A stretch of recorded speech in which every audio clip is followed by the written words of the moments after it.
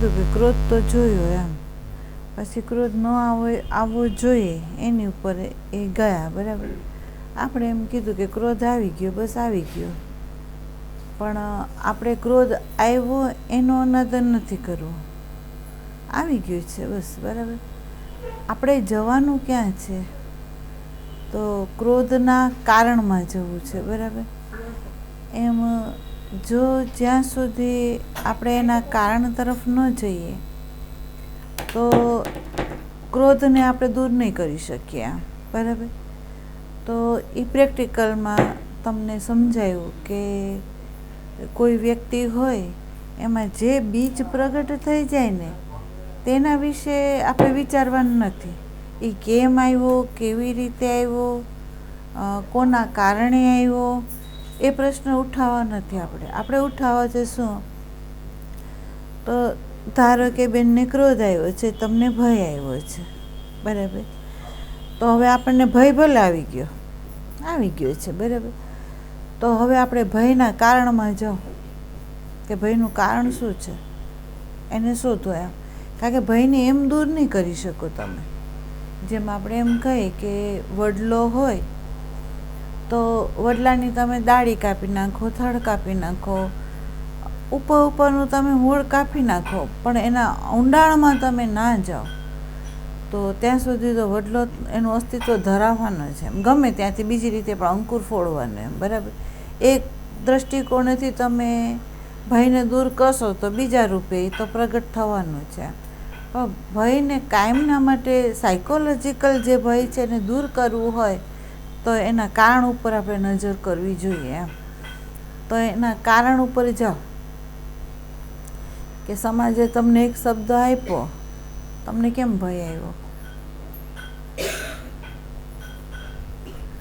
ધારો કે પાડોશી છે એનો તમને ભય થાય છે એમ, તો એનો ભય કેમ આવ્યો તમને?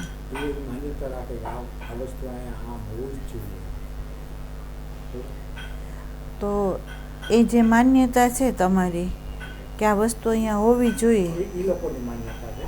હા, એટલે આપણને સીધો ભય પ્રગટ થાય. હવે આ જે જગ્યા છે, હા, બરોબર છે, હા, એની અંદર આપણે જે શાંતિથી રહેતા હોઈએ, હા, તો ત્યાં આવીને અરાજકતા ઊભી કરે.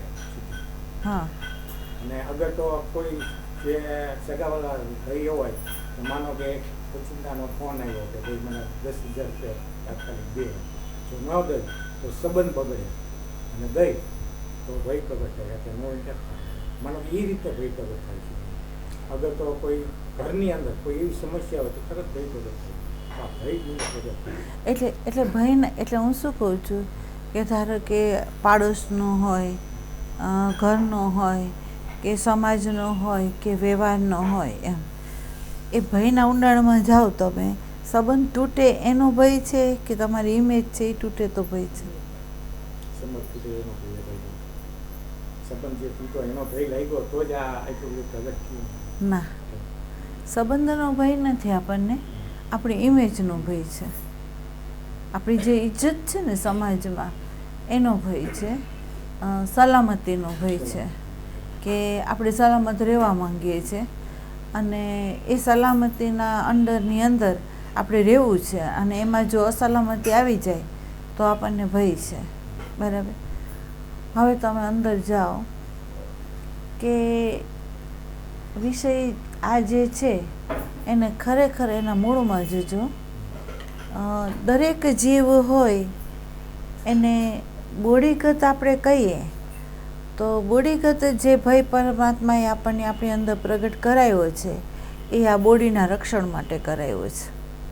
ધારો કે કંઈ સાપ જોયો કે કોઈ હિંસક પશુ જોયું અથવા કંઈ પડતું હોય અને આપણને ભય થઈ ગયો હોય તો એ ભય આપણા રક્ષણ માટે એટલા માટે છે કે જો બોડી આપણને ભયનું દર્શન ન કરાવે તો આપણે ત્યાંથી ખસીએ નહીં અને હિંસક પશુ આપણને ખાઈ જાય. એટલે આપણને રક્ષણ માટે એ ભય છે, બરાબર. હવે સાયકોલોજીકલ જે ભય છે એને આપણે સમજવો છે. ધારો કે વિષય ચાલે છે કે મન છે એ વર્તમાનમાં રહેવા નથી દેતું, બને છે એ ભૂતકાળ ને ભવિષ્ય તરફ આપણને લઈ જાય છે, ગતિ આપવાનું કામ મન કરાવે છે, વર્તમાન ચૂકવવાનું કામ મન કરાવે છે. અને બીજું એ કે વર્તમાનની અંદરે આપણી અંદર જે પડ્યા મૂલ્યાંકનો હોય એની સાથેનું જે તાદાત્મ્યપણું છે, માહિતી અને સંસ્કાર સાથેનું એ તાદાત્મ્યપણું પણ આપણને વર્તમાન ચૂકાવી દે છે. બરાબર. સાયકોલોજીકલ જે પરિબળ આવ્યું છે ને એ માન્યતા અને સંસ્કારના આધાર ઉપર ઊભું છે. સાયકોલોજીકલ જે પરિબળ જે છે આપણી અંદર, કે ધારો કે કામ હોય, ક્રોધ હોય, લોભ મોહ હોય, રાગ હોય, દ્વેષ હોય, એના વિશે જે અંદરનું ઉઠતું ચિંતન હોય, એ ચિંતન જો આપણને જ્ઞાત ના હોય, સમાજના સંસ્કારોનું મૂલ્યાંકન ના હોય, આપણું માહિતી સાથેનું તાદાત્મ્યપણું ના હોય, તો એ ઊભું થાય એમ નથી. બરાબર. એટલે આપણને અહીંયા બતાવવામાં આવે છે કે જ્યાં સુધી જ્ઞાતનું વિસર્જન આપણી અંદરથી ના થાય, બરાબર, જ્યાં સુધી જ્ઞાતનું વિસર્જન ના થાય ત્યાં સુધી આપણે અજ્ઞાતમાં પ્રવેશ ન કરી શકીએ એમ. બરાબર. એટલે જ્ઞાત શું છે આમ? તો કે જ્ઞાત એ છે કે સમાજે આપણને એમ કહ્યું છે કે ભાઈ ઘરની અંદર સલામતી છે, સંબંધની અંદર સલામતી છે, પૈસાની અંદર સલામતી છે, તમારી સત્તા હોય એની અંદર તમારી સલામતી છે, અને જો એ ન હોય તો તમારી સલામતી નથી એમ. બરાબર. તો આ જે આપણને સંસ્કારો મળ્યા છે, આ જે વિચારની ધારાઓ આપણને મળી છે, એ સમાજમાંથી મળી છે આપણને. બરાબર. હવે એ સમાજમાંથી મળેલું જે જ્ઞાત છે એ શું કરે એમ? તો કે અસલામતી ખરેખર ક્યાં છે અને સલામતી ક્યાં છે એનો એ બોધ થવા આપણને દેતો નથી. બરાબર. અને જો આપણને જીવનમુક્ત સંત મળે તો આપણને એ બતાવે ને આપણને જો એ દૃષ્ટિ આપે તો આપણને ખ્યાલ આવે કે આપણી સાચી સલામતી ક્યાં છે એમ. બરાબર. એટલે અત્યાર સુધી આપણે એવું માનતા હતા ઘરમાં સલામતી છે, સમાજમાં સલામતી છે, સંબંધમાં છે, પૈસો હોય તો સલામતી છે. હવે એ જ વસ્તુ ઉપર થોડા ઊંડા જાઓ કે કોઈ એવું બાળક હોય કે જેને રસ્તામાં મૂકી દેવામાં આવ્યું હોય તો એ અસલામતીમાં ગયો. બરાબર. અને જો એનું જીવન હોય તો એને એવી રીતે ઉંચકી લેવામાં આવે છે કે સાચી સલામતીમાં એ વયું જાય છે. બરાબર. બીજું એક છે કે તમને બધાને આ ખબર છે કે જેણે પુરાણોમાં પણ આ વિષય વાંચ્યો જ હશે, સાંભળ્યો જ હશે, જેની અંદર આપણે એમ કહેવામાં આવે છે કે જેને રામ જેવો પતિ હોય, બરાબર, જેને અયોધ્યા જેવી નગરીની રાણી હોય, જેને 5 પાંડવો રૂપી પતિ હોય અને 5 પતિઓ જેના ધુરંધર હોય, અને છતાં આપણી સમક્ષ એ 2 દ્રશ્યો એવા છે કે જેની અંદર બતાવવામાં આવ્યું છે કે સલામતીના હેઠળ એ અસલામતીમાં હતી. લાગતું હતું સમાજમાં શું કે સલામત છે. બરાબર. અને હકીકતની અંદર જાહેર થયું કે બંને જે નારી છે એ પૂરેપૂરી અસલામતીમાં હતી. બરાબર. હવે અસલામતીમાં સમાજને દેખાય છે, જો સમાજને કેવું દેખાય છે કે એ અસલામત છે, અને હકીકતની અંદર આપણે જોઈએ તો એ સાચી સલામતીના હેઠળમાં એ આવી હતી. ધારો કે આપણે એમ કહીએ કે દ્રૌપદીના જ્યારે ચીર હરાતા હતા તે વખતે એણે વડીલોની આગળ પણ પોતાની જોડી પાથરીને એમ કહ્યું કે મારું રક્ષણ કરો, મારા શીલનું રક્ષણ કરો. બરાબર. દરેક જે વ્યક્તિઓ એ ગાદીપતિ હતા, ધુરંધરો હતા, વડીલ તરીકે જેના સંબંધો હતા, એ બધાના મસ્તક ઝૂકી ગયા. કેમ? તો પેલો અસુર તત્વ છે સામે. બરાબર. અને એ લોકોએ જાહેર કર્યું કે અમે તારું રક્ષણ કરી શકીએ એમ નથી. બરાબર. 5 પતિની સન્મુખ જઈને ઊભી રહી તો ત્યાં એ લોકોએ મસ્તક ઝુકાવી દીધું અને એણે એમ કહ્યું કે અમે તારું રક્ષણ કરી શકીએ એમ નથી. તો દ્રૌપદી સગુણમાં ગયા. જોજો, સમજવા જેવો વિષય છે કે એ સગુણમાં ગયા અને એને કૃષ્ણને આરાધ્યા, કૃષ્ણને નાદ પાડ્યો, પણ એ નાદ શ્રી કૃષ્ણએ સ્વીકાર્યો નથી. જોજો, સ્વીકાર્યો નથી અને એ હાજર નથી થયા. જ્યારે દ્રૌપદીને એવી ખબર પડી કે હું સ્થૂળ જે વ્યક્તિ છે, સ્થૂળ વ્યક્તિના સંબંધમાં હું જ્યાં જ્યાં છું, એ પણ મને મારું રક્ષણ કરી શકતા નથી. માયા વિશિષ્ટ જે ચૈતન્ય, જેને આપણે ઈશ્વર કહીએ છીએ, એની હું પ્રાર્થના કરું છું, તો એના અંડરની અંદર એ હું સુરક્ષિત નથી થતી, એ મારું રક્ષણ કરી શકતું નથી. છેલ્લે એને ખબર પડી કે હું અસલામત છું. હું કેવી છું? હું અસલામત છું. અત્યારે મારી કોઈ સલામતી નથી, મારું કોઈ રક્ષણ કરે એમ નથી. ત્યારે એ ગયા ક્યાં? તો કે અંદર ગયા. જોજો, એ બોલ્યા છે શું? હે અંતર્યામી. બોલ્યા શું? હે અંતર્યામી, તું મારું રક્ષણ કર. બરાબર. જેવું એમ કહી અને એણે દાંતમાંથી છેડો છોડી દીધો અને એની સલામતી, આત્મદેવની સલામતીમાં જ્યારે ગયા, તો 999 ચીર પુરાણા એ મહાભારત બોલે છે. બરાબર. આ બાજુ જુઓ તો જેને અયોધ્યા નગરીની જે રાણી છે, રામ જેવા જેના પતિ છે, છતાં વન ભટકાય છે, અને જ્યારે રાવણ હરી ગયો ત્યારે એનું રક્ષણ કોઈ નથી એમ. અને તમને ખ્યાલ હોય તો એમ કહે છે કે રાવણે જ્યારે એને સ્પર્શ કરવા માટે તત્પર થયો, ત્યારે જે માતા અનસૂયા ગુરુરૂપ બનીને જે દિવ્ય વસ્ત્ર એને આપવામાં આવ્યું હતું, એમ કહેવામાં આવે છે કે માતા અનસૂયાના આશ્રમમાં જ્યારે રામ, સીતા અને લક્ષ્મણ જાય છે, ત્યારે માતા સીતા અનસૂયા માતા આગળ જ્ઞાન લે છે, અને એ જ્ઞાન લીધા પછી જ્યારે ત્યાંથી વિદાય થાય છે, તે વખતે માતા અનસૂયા એમ કહે છે કે તમારા અંગે આ હું જે આપું છું એ વસ્ત્રને તમે ચડાવો, કે જેથી એ કોઈ દિવસ મેલા નહીં થાય. જો વિષય સ્થૂલમાં લોકો લઈ જાય છે, અને અહીંયા વિષય છે સૂક્ષ્મ, કે એ માતા અનસૂયા ગુરુના રૂપમાં હતા, અને એને એવું કહ્યું કે હું તમને એવું વસ્ત્ર આપું છું કે જે વસ્ત્ર મેલું નહીં થાય અને સદાય તમારી અંદર શુદ્ધ રહેશે. બરાબર. તો એવું દિવ્ય જ્ઞાન સ્વરૂપ રૂપી જે વસ્ત્ર પહેરીને માતા સીતા ત્યાંથી નીકળાતા, અને જ્યારે રાવણના અશોકા વાટિકામાં જ્યારે એ આવ્યા અને રાવણ જ્યારે એને સ્પર્શ કરવા જાય છે, ત્યારે માતા સીતા એક ઘાસનું તણખલું લઈને એમ બોલે છે કે મારા ગુરુ અહીંયા પણ છે. એણે શું કીધું? કે મારા ગુરુ અહીંયા છે, તો મને સ્પર્શ સુદ્ધા નહીં કરી શકે, અને જો તું સ્પર્શ કરવા આવશે તો અગ્નિની અંદર બળી જઈશ. બરાબર. અને એમ કહેવામાં આવે છે કે રાવણ એને સ્પર્શ કરવા ગયા, પણ સ્પર્શ કરી શક્યા નથી. કેમ? તો એનું રક્ષણ કોણ હતું? તો કે ગુરુ. કયા ગુરુ?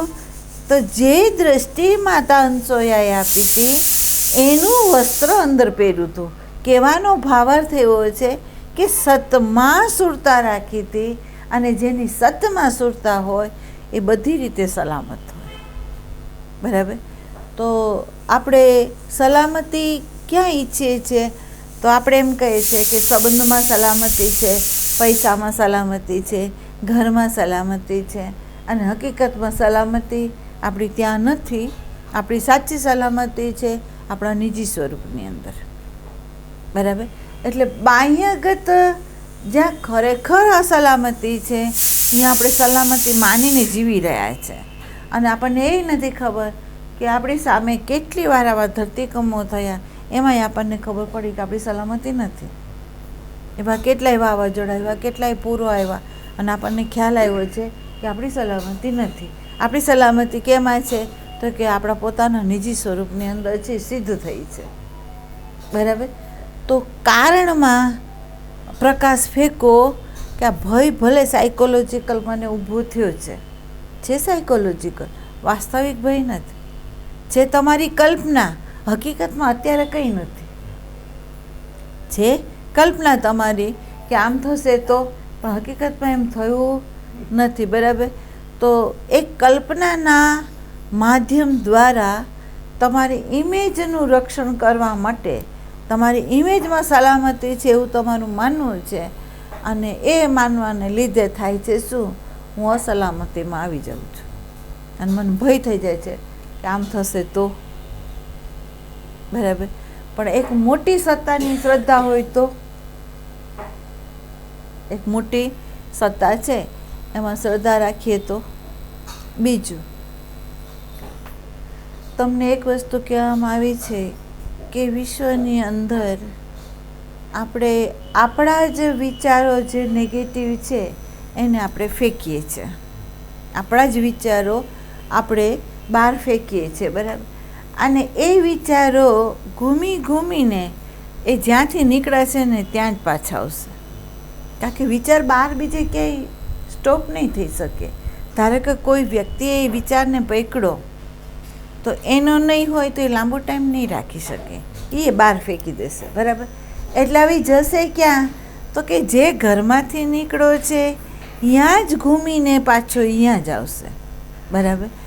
તો આડોશ પાડોશ હોય તોય ભલે, આપણો સમાજ હોય તોય ભલે, આપણું કોઈ સત્તાનું સ્થાન હોય તો પણ ભલે, તમે તમારી અંદરથી શુભ વિચારોને ફેંકો જોઈએ.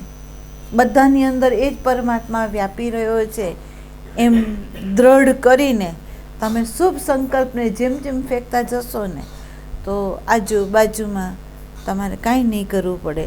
ધીમે ધીમે ધીમે ધીમે તમારા જે શુભ સંકલ્પો છે ને એ જ કામ કરશે. બરાબર. તો શુભ સંકલ્પો તમે નાખો તો પરિણામ એ લાવે છે. બરાબર. બીજું, અહીંયા આપણે સત્સંગની અંદર આપણે કહીએ છીએ કે કયું મન વર્તમાનમાં નથી રહેવા દેતું, કયું મન છે કે આપણી અજોડ શક્તિ છે. જોજો, આપણી અજોડ શક્તિ છે, આપણા અસ્તિત્વને કોઈ ડગાવી શકે એમ નથી. બીજું એક છે આપણે પૂર્ણ આપણા સ્વસ્વરૂપની અંદર સલામત છીએ, અને છતાં આ મન છે એ જ્ઞાતનો આધાર લઈને આપણી અંદર એવી રીતે વિચારને પ્રગટ કરે છે કે એક ક્ષણ માટે આપણને ભયભીત કરીને આપણી જેટલી શક્તિ હોય ને એને હણી નાખે છે. તમે જોજો, જ્યારે ભય આવે ત્યારે આ મગજ છે એ શૂન્ય થઈ જાય, તમારે વિચારવાની શક્તિ ન રહે. તમારા હાથ પગની અંદર ઊભા રહેવાની જે શક્તિ છે એ નથી રહેતી. એક ક્ષણની અંદર એવા તમને કરી મૂકે કે તમે પોતે સમજી શકો છો કે મારા ધબકારા વધી જાય છે, હું લાચાર થઈ જાઉં છું, મારે છેલ્લે બેસી જવું પડે છે. બરાબર છે. ખરેખર આ ભય કેવો સાયકોલોજીકલ પરિબળે ઊભો થયો છે. સામે પ્રસંગ કાંઈ જ નથી. જુઓ તમે, પ્રસંગ કંઈ જ નથી, પણ આ મને તમને જોડાયું કોની સાથે? જ્ઞાતની જોડે. બરાબર. જ્ઞાતની જોડે જોડાવીને તમારી સામે એક વિચાર જે આવ્યો ને એ વિચાર પ્રત્યે એને અભિપ્રાય આપ્યો, અને એ અભિપ્રાય આપ્યા પછી આપણી સામે એક એવી વસ્તુ ઊભી કરી દીધી કે જે વસ્તુની અંદર આપણે સ્થિર ઊભા નથી રહી શકતા. બરાબર.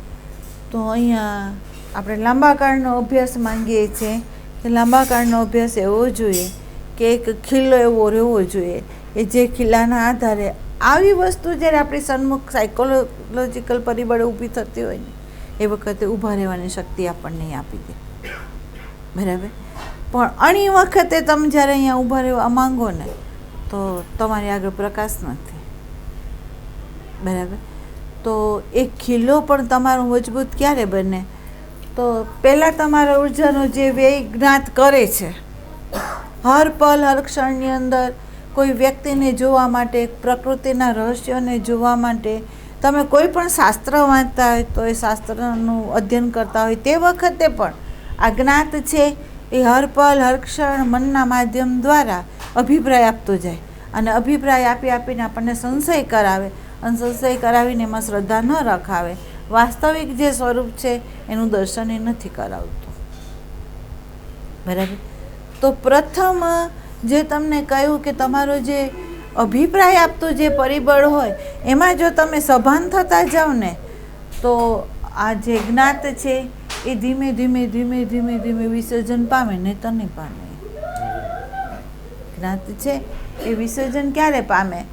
તો તમે અભિપ્રાય ઉપર પ્રકાશ પાડે જાઓ ને ત્યારે તમને ખબર હોય શબ્દની અભિવ્યક્તિ છે ને એ ક્યારે થાય. આમ જુઓ તો આપણે મૌન છે, જોજો ખરેખર આપણે મૌન છે, મૌનમાંય વ્યવહાર થાય છે, મૌનમાંય વ્યવહાર થાય છે, મૌનમાંય આદાન પ્રદાન છે મૌનમાં. અને છતાં આપણને શબ્દનું એટલું બધું મૂલ્ય છે કે આપણે શબ્દ વગર રહી નથી શકતા, શબ્દ વગર નથી રહી શકતા. એટલે આ શબ્દ કરે શું?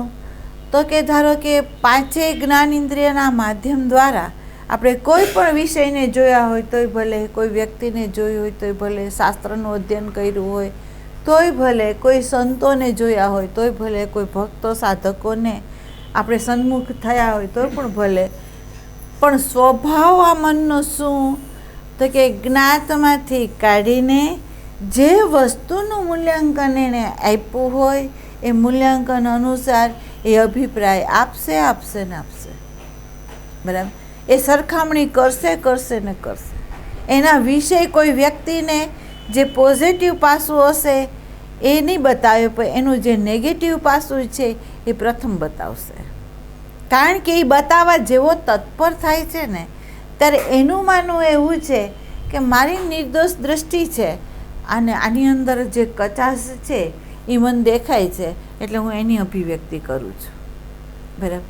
પણ જ્યારે એ અભિવ્યક્તિ કરવા જાય ને ત્યાં જ આપણી દૃષ્ટિ નિર્દોષ નથી એ સિદ્ધ થાય છે.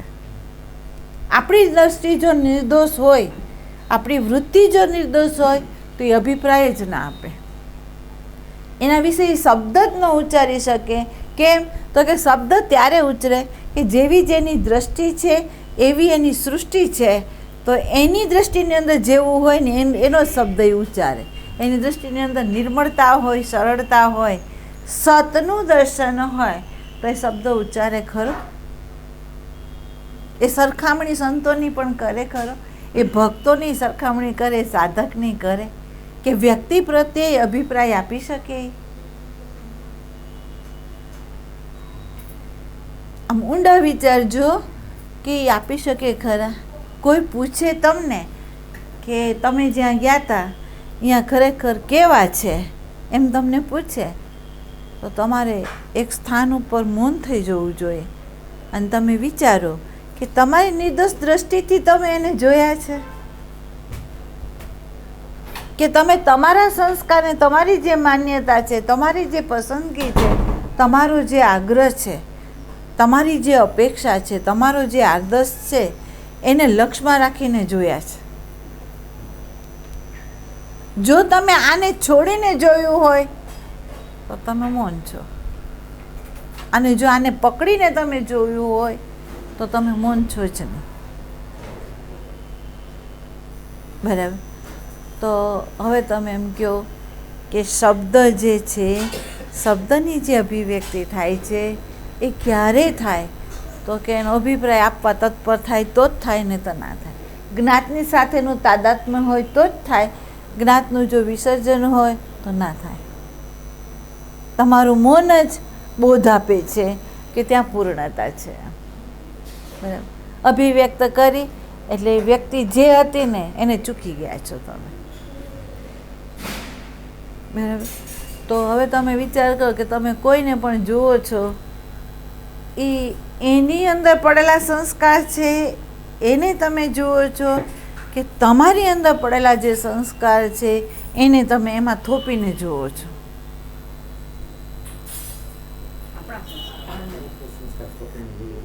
આપણે સંસ્કાર થોપીને, તો હવે આપણે સજાગ ક્યાં થવું? સાધકે સજાગ ક્યાં થવાનું છે? આપણી અંદર થવાનું છે. બરાબર? હવે તમે અંદર તમારા સંસ્કાર, તમારું જે માન્યતા છે એને તમે છોડી દો અને હવે તમે ઊભા રહો તો ભય ક્યાં છે? ક્રોધ ક્યાં છે? લોભ ક્યાં છે? મોહ ક્યાં છે?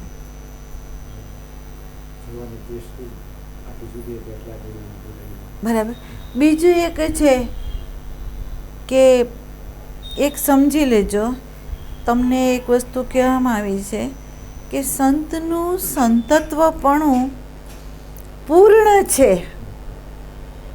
એ ક્યારે આપણે માની શકીએ કે જે સંતને પોતાના સત સ્વરૂપનું જેને જ્ઞાન છે, પોતાના સત સ્વરૂપનું જેને જ્ઞાન છે, પ્રકૃતિનો જે ત્રિગુણાત્મક જે પ્રકૃતિ છે એનો એને બોધ છે, સ્મૃતિ અને સંસ્કારના ઉપયોગિતાનું જેને જ્ઞાન છે, અને એવો જે સંત હોય, એવો જે સંત હોય એને તમે જુઓ, એની સન્મુખ તમે જાઓ તો એક વાત એ એમ કહેશે કે સમષ્ટિનો જે લો છે, સમષ્ટિનો જે લો છે એનો લો એટલો જ છે. જેમ આપણે એમ કહીએ કે કેરીનું એક બીજ આપણે વાવીએ તો એ કેરીના બીમાં વાવ્યા પછી આપણે કારેલા કે કેળા કે બીજાની અપેક્ષા ન રાખી શકીએ, પણ લો એવો છે કે આ જે બી છે એ બીની અંદર આંબો જ પાકે, બીજું કાંઈ ના પાકે, બરાબર. અને એનો સમય નક્કી છે. એનો સમય તમે એમ કહો કે અત્યારે નાખ્યું અને કાલે અંકુર ફોડી દે તો એમ નહીં બને. એનો જે રીતનો લો હશે એ સમયે જ એની અંદર બધું વૃદ્ધિ પામશે, બરાબર. એમ આપણો કર્મ અનુસાર આપણા એ ડેટા સમષ્ટિની અંદર સિદ્ધ છે, બરાબર. અને એ ડેટા અનુસાર સમયે આપણી સામે આપણા ફળો આવશે, બરાબર. અને એ જે ફળ આવે છે એની અંદર તમે ક્યાંય કશું કરી નહીં શકો. તમે સ્વતંત્ર ક્યાં છો? તો કે એ જે ફળ આવે છે એ પ્રસંગો જે સમયે જે રીતે ઘડાવાના છે, જે આવન જવન થવાનું છે સંબંધોની અંદર, એ લો પ્રમાણે થશે, બરાબર. હવે લો પ્રમાણે થશે તો તમારી સ્વતંત્રતા ક્યાં હશે? એ જે લો છે એ લોની અંદર તમે તમારા અહંકારના કેન્દ્રની અંદર એવા વિચાર લઈ આવો કે હું આ ઈચ્છું છું અને એ આમ જ થવું જોઈએ, તો એ એમ નહીં થાય, બરાબર. થશે શું? તમે સ્વતંત્ર ક્યાં છો? તો કે જે ઘટનાઓ ઘટે ને એને કર્મની થિયરી અનુસાર તમે જોઈ લો કે આ લો છે, એ લોની અંદર હું કાંઈ નહીં કરી શકું. એ વચનની અંદર તમે જો વિવેક એ રાખવાનો છે કે આ મારા કર્મના ફળનો ઉદય છે, બરાબર, તો મારે એને પોઝિટિવથી લેવાનું છે, બરાબર. પણ આ ફળને બીજા વ્યક્તિને અધ્યારોપ કરીને દોષિત ઠેરવીને જો તમે એને લો અને પછી કોઈક નવું કર્મ તમે કર્તૃત્વના ભાવથી કરવા તત્પર થાવ તો નવા કર્મ ઊભા કરી દો છો. આ જે પ્રારબ્ધ છે તો તમારે ભોગવવાનું જ છે, પણ નવું જે ઊભું કરવા માટે તમે તત્પર થયા અહીંયા તમે ચૂકી ગયા, બરાબર. સંત દ્રષ્ટિ એ આપે છે કે આ લો અનુસાર, એના નિયમો અનુસાર બધું થવાનું છે. તમારે એને જોવાનું કઈ રીતે છે? તો કે તમારે અહીંયા સ્વીકારવાનું છે. દોષારોપણ કોઈ વ્યક્તિને નથી દેવાનો, આંગળી આમ જ રાખવાની છે, અને આમ આંગળી રાખીને તમે એને સ્વીકારો, અને સ્વીકારીને તમે એમ જોઈ લ્યો કે મારા આત્મામાં કંઈ નથી થતું. હાનિ હોય, લાભ હોય તો પ્રકૃતિનું જે ઐશ્વર્ય છે એમાં છે, પ્રકૃતિની અંદર જે વ્યક્તિગત સંબંધો છે એમાં છે, પણ મારા આત્મામાં કાંઈ નથી, બરાબર. તો એવી રીતે જો વ્યક્તિ એ દ્રષ્ટિ રાખીને આ પ્રસંગને જોવે તો એને સમષ્ટિનો લો છે એનો એને સ્વીકાર કર્યો છે, સત છે એનો એને સ્વીકાર કર્યો છે, પ્રકૃતિ સાધન છે એનો એને સ્વીકાર કર્યો છે, અને અંતઃકરણની અંદર ગમે એવી ગળમથલ થાય છે એનો એને સ્વીકાર કર્યો છે. કેમ? તો એનું કામ છે જે વસ્તુ જેવી હોય એવી બતાવવી, બરાબર. તો અંતઃકરણે તમને બતાવી દીધું. શું બતાવ્યું? કે સેજ પણ કોઈ વ્યક્તિનો તમે વિચાર કરવા જાઓ છો તો આ કેન્દ્ર એવું છે કે જેમાં ક્રોધ ઉઠી જાય છે, લોભ ઉઠી જાય છે, મોહ ઉઠી જાય છે, બરાબર. અને તમને કરાવે છે શું? તો કે ભય. તો એ વખતે સત્સંગને લક્ષ્યમાં રાખો અને વિચારી લો કે આ અંતઃકરણમાં જે થાય છે ને એનો હું સાક્ષી છું, એનો હું દ્રષ્ટા છું, પણ અંતઃકરણમાં જે થાય છે એ મારામાં નથી, બરાબર. એટલે જુદું ક્યાં પડવાનું છે? એક તો અહંકારના કેન્દ્રથી જુદું પડવાનું છે, અને આપણા અંતઃકરણની અંદર જે કંઈ ઉઠે છે, જે કંઈ બતાવે છે, એનાથી અસંગ થઈને જોવાનું છે. બરાબર. અહીંયા અસંગતા લાવવાની છે. આપણે એમ નથી લાવી શકતા. આપણે ગુમરીમાં આવી જઈએ છીએ અને પછી એમ કહે છે કે હું આ ગુમરીથી બચું, તો ન બચાય. બરાબર. તો ગુમરીમાંથી બચવું હોય તો શું કરવું? તો કે વિચાર ભલે ઉઠ્યો, એ તો ઉઠેનો સ્વભાવ છે, ઉઠ્યો, બરાબર. પણ કોઈ વ્યક્તિને જોયું, વિચાર ઉઠ્યો, ભલે ઉઠ્યો, મારે એની સાથે તાદાત્મ્ય થઈને અભિપ્રાય નથી આપવો. મારા જ્ઞાતમાંથી એનો અભિપ્રાય આપવા તત્પર થાય છે તો એને મારે એનર્જી નથી આપવી. ત્યાં જુદા થઈ જાઓ. અને આ વિચાર જે છે એને તમે શક્તિ ના આપી, એ મૃતપાય થઈ ગયો અને ત્યાંથી નીકળી ગયો. બરાબર. સજાગતા માંગે છે અહીંયા એમ. અને એ સજાગતા તો જ આવે કે તમારે લાંબા કાળનો અભ્યાસ હોય તો. બીજું, તમને ખબર હોય તો તમે લોકોએ તો નહીં વાંચ્યું હોય, પણ આ વીરુબેન છે, કુસુમબેન છે, એ લોકોએ તો સાંભળ્યું છે. વૃત્તિ ચૈતન્યમાંથી જ ઉઠે છે. જોજો, આપણી જે વૃત્તિ, જેને વૃત્તિને આપણે મન પણ કહીએ છીએ, બુદ્ધિ પણ કહીએ છીએ, એ ઉઠે છે ચૈતન્યમાંથી. ચૈતન્યના આધારે જ ચેતનવંતી થઈને એ આપણા નેત્રના માધ્યમ દ્વારા એ બહાર જાય છે. બરાબર. જો એ સંસ્કારની સ્મૃતિ સાથે તાદાત્મ્ય ન થાય તો જે વસ્તુ જેવી છે ને એવી જોઈને, એવો આકાર લઈને આપણી અંદર આવે. જેમ બાળકને કોઈ જ્ઞાન ન હોય તો બાળક નામકરણ નથી કરતો. જોજો, બાળક કોઈ વસ્તુ ધારો કે આવે ને તો નાનું બાળક હોય, એને આ ખબર નથી શું છે, એટલે આમ ફેરવીને જોવે અને કોઈને પૂછે, આ નહીં તો એ વસ્તુ ત્યાં એ મૂકી દે. એટલે એનો ખાલી એણે આકાર જ જોયો છે, નામકરણ નથી થયું. બરાબર. પણ આપણે નામ વગર રહી નથી શક્યા તો વૃત્તિ શું કરે? તો કે જે સન્મુખ જેથી થાય એનો આકાર લઈ અંદર આવી અને એ સ્ત્રી છે કે પુરુષ છે એમ એ કહે. બરાબર. ત્યાંથી એ સ્ટોપ થઈ ગઈ. અને ધારો કે એ નામને જાણતી હોય તો એ નામકરણ આપણને શોધીને આપે. વૃત્તિ શું કરે? એ આકાર લઈને, આકાર તો અંદર લઈ આવે, સાથે સાથે આપણી સ્મૃતિની અંદર જે પડેલું નામકરણ હોય એને કાઢીને એ આપણને આપી દે અને એમ કહે કે આ વ્યક્તિ આ છે. બરાબર. હવે એ વ્યક્તિ એ છે તો જેણે સત્સંગ લીધો છે એ નામ કાઢીને જેવું અંદર આપ્યું એણે કે ભાઈ આ વ્યક્તિ આ છે એમ કીધું, પેલો સજાગ થઈ ગયો, એ જ્ઞાનને એણે પ્રકાશી લીધો. શું કે ધારો કે મેં એમ જોયું ને હું એમ કહું કે આ વિમલ છે, મારી વૃત્તિએ કીધું કે આ વિમલ છે એમ. બરાબર. હવે મારે કંઈ વ્યવહાર નથી કરવો. અત્યારે હું શાંત છું, નિષ્ક્રિય છું, તો હું શું કરું? બસ એણે આવીને મને કીધું ને વિમલ છે, એ જ્ઞાનને મેં પ્રકાશી લીધું. બરાબર. એ જ્ઞાનને પ્રકાશીને મારી વૃત્તિ જ્યાં હતી જ્યાંથી ઉઠી હતી ત્યાં વિરમી ગઈ. પણ નામને પ્રકાશ્યા પછી જો હું એનાથી અસંગ ન રહું, મેં પ્રકાશ્યું છે એ ભાનમાં હું ન રહું, તો હું આગળ સક્રિય થાઉં છું. શું સક્રિય થાઉં છું? કાં તો એની જોડે વ્યવહાર કરવા તત્પર થઈ જાઓ અને કાં એને વિશે અભિપ્રાય આપવા તત્પર થઈ જાઓ. બરાબર. સંતો શું કહે છે કે જેણે સત્સંગ લીધો છે, જેની આગળ ગુરુની દ્રષ્ટિ છે, એ આ જ્ઞાનને પ્રકાશું છું એવું એને ભાન છે, એટલે એની સાથે તાદાત્મ્ય નથી થતો. તાદાત્મ્ય નથી થતો એટલે થાય છે શું? તો વૃત્તિ તો બહિર્મુખે ગઈ પણ પાછી અંદર આવીને તો એની છાપ લઈને ન આવી. બરાબર.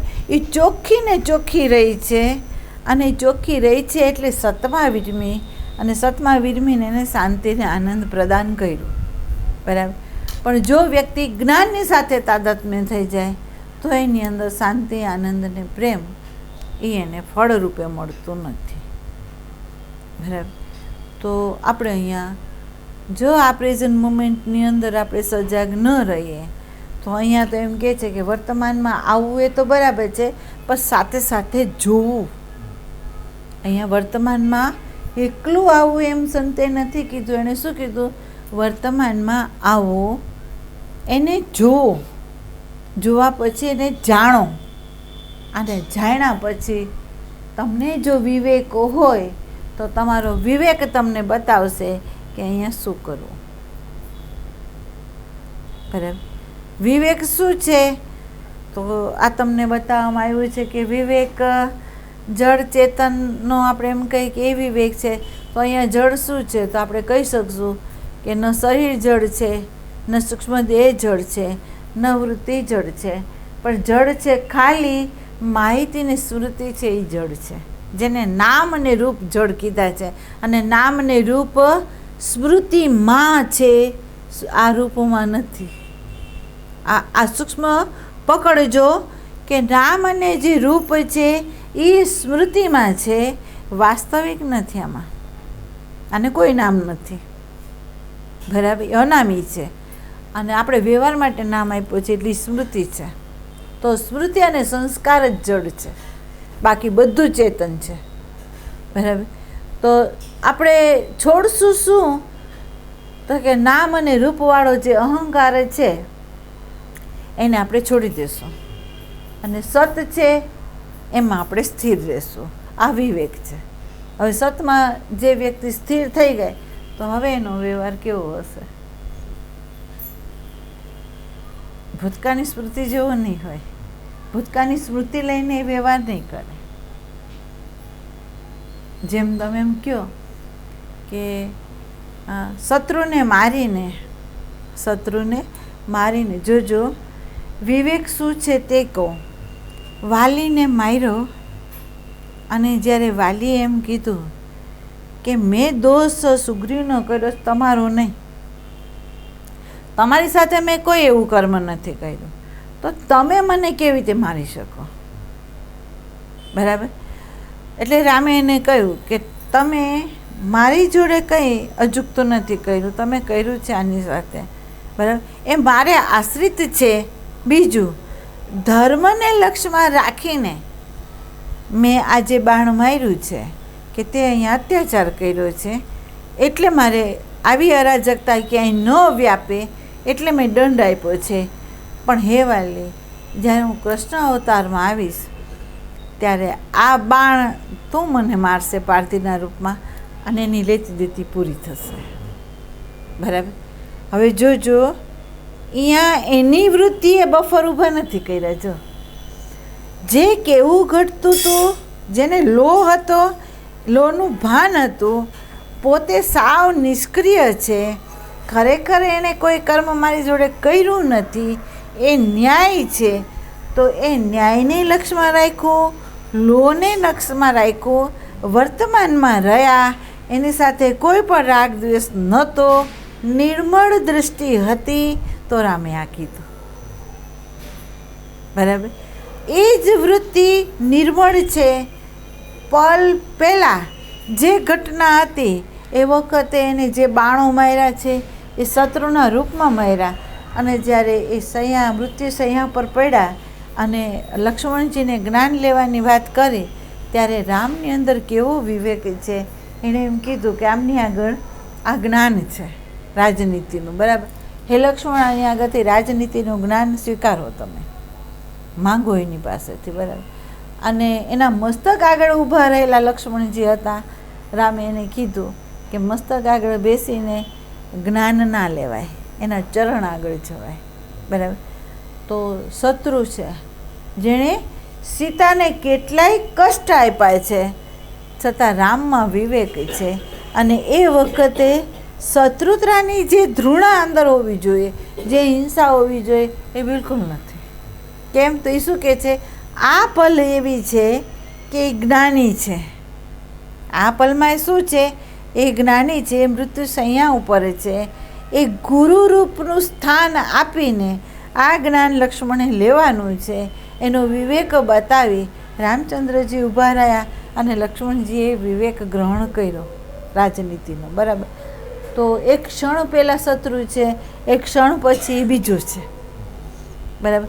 તો પ્રેઝન્ટ મોમેન્ટની અંદર જે વ્યક્તિ જીવતી હોય એ જોતી પણ હોય, જાણતી પણ હોય, અને જાણતી હોય એટલે એની અંદર વિવેક હોય, અને વિવેક હોય એ ગયેલી પળમાં એ જે ઘટના ઘટી છે એને સ્વીકારતી નથી. આ પલમાં સંબંધ શું છે એ સંબંધને અનુલક્ષીને વ્યવહાર કરે છે. બરાબર. તો આપણે દરેક વ્યક્તિને ભૂતકાળથી જ જોઈએ છે. બરાબર. દરેક વ્યક્તિની અંદર બે પાસા છે, સારા ને ખરાબ. તો આપણે સારું પાસું નથી જોતા, ખરાબ પાસું જોઈએ છે. બીજું, સારું ને નરસું પાસું પણ આપણા સંસ્કાર અનુસાર એને સ્વીકારીએ છીએ. આપણા સંસ્કારમાં સારા નરસાનું જો જ્ઞાન ન હોય તો આપણે એ રીતે એને જોવાના નથી.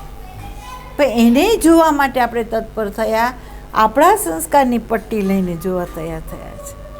બરાબર. અને જો આ વિવેક આપણી અંદર આવી જાય તો આ વ્યક્તિ માટે આપણી પાસે કોઈ શબ્દ નથી, કોઈ જ નહીં. શબ્દ રહિત એનું અસ્તિત્વ છે, ગુણ રહિત એનું અસ્તિત્વ છે. બરાબર. ભાવ વિશેષ જે છે એ ભાવ રહિત એનું અસ્તિત્વ છે. એને આપણે કયા શબ્દમાં, કયા ભાવમાં લઈ આવશું? આપણે આ થયું વર્તમાન.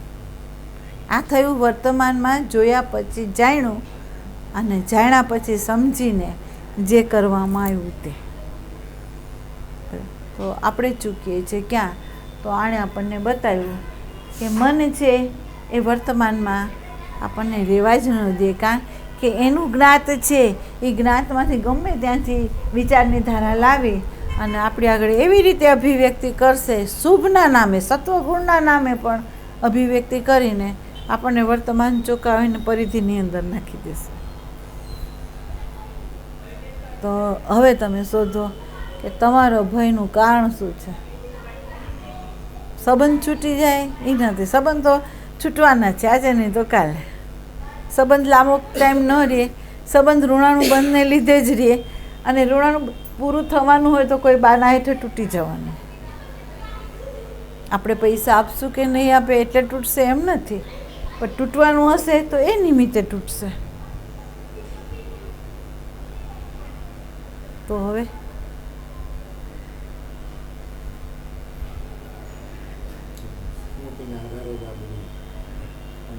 સ્મૃતિ કરતાં સાયકોલોજીકલ જે પરિબળ ઊભું જે થાય છે ને, સાયકોલોજીકલ પરિબળ જે ઊભું થાય છે ને, એની અંદર આપણને ખબર પડે છે કે આપણું ક્યાંક મૂલ્યાંકન છે, ક્યાંક સંબંધનું મૂલ્યાંકન છે, ક્યાંક ઇમેજનું છે, ક્યાંક પૈસાનું છે. આ બધું મૂલ્ય છે.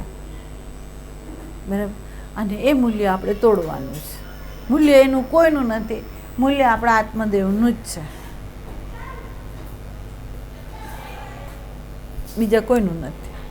બીજું એક છે કે સાધક જો સાચો પોતાના આત્માને, પરમાત્માને પ્રેમ કરતો હોય તો એ શુલ્ક વસ્તુ, આ બધી શુલ્ક છે, એને તમે રીતે તમે એને સાચવવા પ્રયત્ન કરો ને તો સમાજમાં તમારી જે પ્રતિષ્ઠા તમે સ્થાપી હોય ને, એ એક ક્ષણ કોઈક એવી પ્રવૃત્તિ તમે કરી જશો ને, ઇન ધ સ્પોટ એ આખી મૂર્તિ તૂટી જશે. તમે એને ઘડવામાં કેટલાય વર્ષો લગાડ્યા, તમે કેટલુંય બલિદાન દીધું હોય, પણ એક ક્ષણ પૂરતું તમે ચૂક્યા ને એટલે એને તોડી નાખ્યું. બરાબર. તો એ સલામત નથી. ઊભી કરાયેલી મૂર્તિ સલામત હોય જ નહીં ક્યારે. બરાબર. એને તોડો અત્યારે જ. આપણે જ તોડી નાખો ને એટલે આપણને દુઃખ ન રહે એનું. તો હવે એક વસ્તુ ધ્યાન દેવાની, ભય આપણી અંદર જ્યારે આવે ને તો એમાંય સાધકોએ સજાગ રહેવાનું છે. ભય અનેક રીતે હોય. એક સાયકોલોજીકલ પરિબળે હોય. બીજો એક ભય એવો છે કે જો તમારું અંતઃકરણ શુદ્ધ થયું હોય, શાંત હોય, જેમ આપણે એમ કહીએ કે સાવ ઊંડા ધ્યાનમાં આપણે વયા ગયા અને આપણી વૃત્તિ આપણા અસ્તિત્વની અંદર લય થવાની તૈયારીમાં આવી ગઈ અને સાવ શાંત પાણી થઈ ગયું, એક સૂક્ષ્મ પણ નાનો પથ્થર લઈને પણ કોઈ નાખે ને પ્રચંડ રૂપની અંદર એનો અવાજ આપણા હૃદયની અંદર આવી જાય છે અને હલબલી જાય છે, બરાબર, ભય થઈ જાય છે.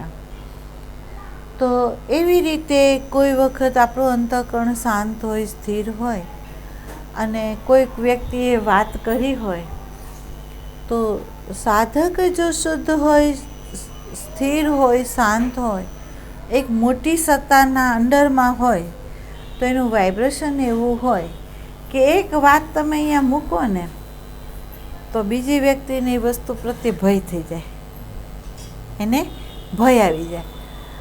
અને ભય અહીંયા આવ્યો છે અને પ્રતિબિંબ અહીંયા પડે છે. એટલે તમારે વિભાજન કરતાંય શીખવાનું છે. વિભાજન કરતાં શું શીખવાનું છે કે મારી અંદર કંઈ નહોતું, મારી અંદર અભયતા હતી અને અચાનક મારી અંદર ભય કેમ આવી ગયો, મારી અંદર અચાનક ભય કેમ આવી ગયો. તો પૂછી લો બધાને કે તમને ભય થયો? એ બધાને લીધે તો અહીંયા ભય નથી આવી જતો ને, એ જોઈ લેવાનું. બીજું, જેની અંદર ઉર્જા, ગુરુ ઉર્જા રમતી હોય એ ગમે ત્યાં જાય ને અને બહુ પ્રફુલ્લિત ને આનંદમાં હોય અને અચાનક એને ભય આવી જાય તો એને સજાગ થઈ જવાનું છે કે અહીંયા કંઈક એવું છે કે જે ભય કરીને મને પરમાત્મા સજાગ કરવાનું કહે છે. તો મારે અહીંયા જાગૃતિ રાખવાની છે, કોઈ પણ વમણની અંદર મારે વહી જવાનું નથી, આ કેર કરવાની છે, બરાબર.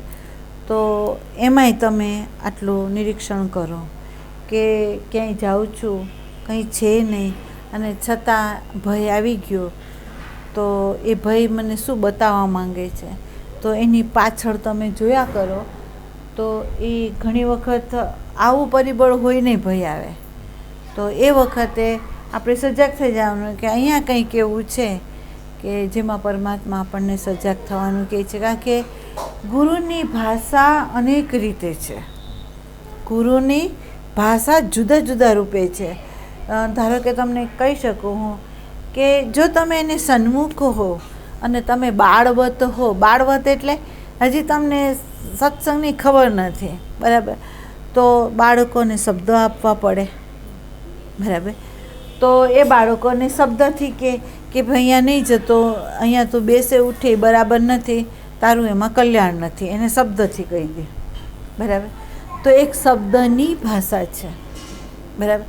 પછી એક પ્રસંગ ઘડીને કહે, એને તમને સજાગ કરવા છે, મોટી હાનિમાંથી તમને બચાવવા છે. તો નાની વસ્તુ ચોરાઈને તમને ભાન કરાવવા માંગે છે કે હવે તું સજાગ રહેજે, આમ તું આમ સાવ ન ફિકરો થઈને ફરસ ને, થોડો ભાનમાં રહીને ફર, બરાબર. તો પ્રસંગ ઘડીને આગળ આવી ભૂલો ન થાય એની સજાગતા કરવા માટેની ગુરુની આ બીજી પ્રકારની ભાષા છે, બરાબર. એક ત્રીજી ભાષા એવી છે કે કોઈ વ્યક્તિના રૂપની અંદર આવીને આપણને સૂચન કરી જાય, આપણને હોય નહીં કાંઈ, અચાનક કોક આવીને આપણને એક સંકેત આપી દે આપણને, અને એ સંકેત એવી જ વ્યક્તિ ઝીલી શકે કે જે સતત ગુરુના આદેશ ઉપર જેની નજર રહેતી હોય ને, તો એ બાળકને એનો સંકેત ઝીલાઈ જાય. અને ઝીલાઈ જાય તો જેમ હું એમ કહું કે ભાઈ તમે યાત્રા કરવા જાઓ છો તો હમણાં ન જાઓ ને, તો એ ગુરુનો સંકેત છે, બરાબર. અને આપણે ન જાય તો બચી પણ જઈએ, બરાબર. તો એ ગુરુ સંકેત એક છે કે કોઈ વ્યક્તિના રૂપમાં આવીને આપણને સંકેત આપી જાય. તો ગુરુના આદેશ ઉપર સતત જે સજાગ રહેતું હોય એ વ્યક્તિનો બોલને ગુરુનો આદેશ છે એમ સમજી લે અને એમાંથી એ ચેતી જાય છે, બરાબર. ત્રીજું એ છે કે આવા અનુભવ કરાવે, જેમાં તમને ભય કરાવી દે, ઘણી વખત તમને આનંદ અંદર પ્રગટ કરી દે, બરાબર. તો આનંદ પ્રગટ કરીને આપણને કહે કે અહીંયા તું જાય છે એમાં તું સફળ છે, બરાબર. ભય કરાવે તો આગળ ડગલા નહીં માંડવાના કે ભાઈ આપણા માટે ભય કરાવી દીધો તો અહીંયા સંકેત કહે છે કે અહીંયા બરાબર આપણે જે જાય છે અહીંયા બરાબર છે નહીં, બરાબર. તો એ એનો સંકેત છે કે આપણને સજાગ કરવાનું એ આપણને કહે છે. આંતર પ્રેરણા આપીને પણ સજાગ કરે અને સપનાના માધ્યમ દ્વારા સંકેત આપીને સજાગ કરે, જો તમે સાચક હો અને ગુરુના શરણાગતમાં હો તો ગુરુની ભાષા અનેક રૂપે આપણી સન્મુખ આવીને અનેક રીતે આપણને બોધ કરાવે છે અને જે બાળક સજાગ હોય એ આ બોધને ઝીલી લે છે. બરાબર. તો પ્રેઝન્ટ મોમેન્ટમાં હોય એને ખબર પડે આદેશની, જે પ્રેઝન્ટ મોમેન્ટમાં ન હોય એને આ આદેશની ન ખબર પડે. બરાબર. જેવી રીતે આપણે એમ કહીએ કે લક્ષ્મણ રેખા દોરીને લક્ષ્મણજી કહી જ ગયા, કારણ કે એને સંકેત મળી ગયો હતો. લક્ષ્મણને સંકેત મળી ગયો હતો કે આ અવાજ રામનો છે જ નહીં. કોઈક અસુર તત્વ છે કે જેને રામનો અવાજ કાઢીને બચાવો કીધું છે, પણ જે સીતા ન ઝીલી શકાય. બરાબર. તો રાવણ એને હરી ગયો. બરાબર. સુવર્ણનું હરણ હોય જ નહીં એ રામે કીધું.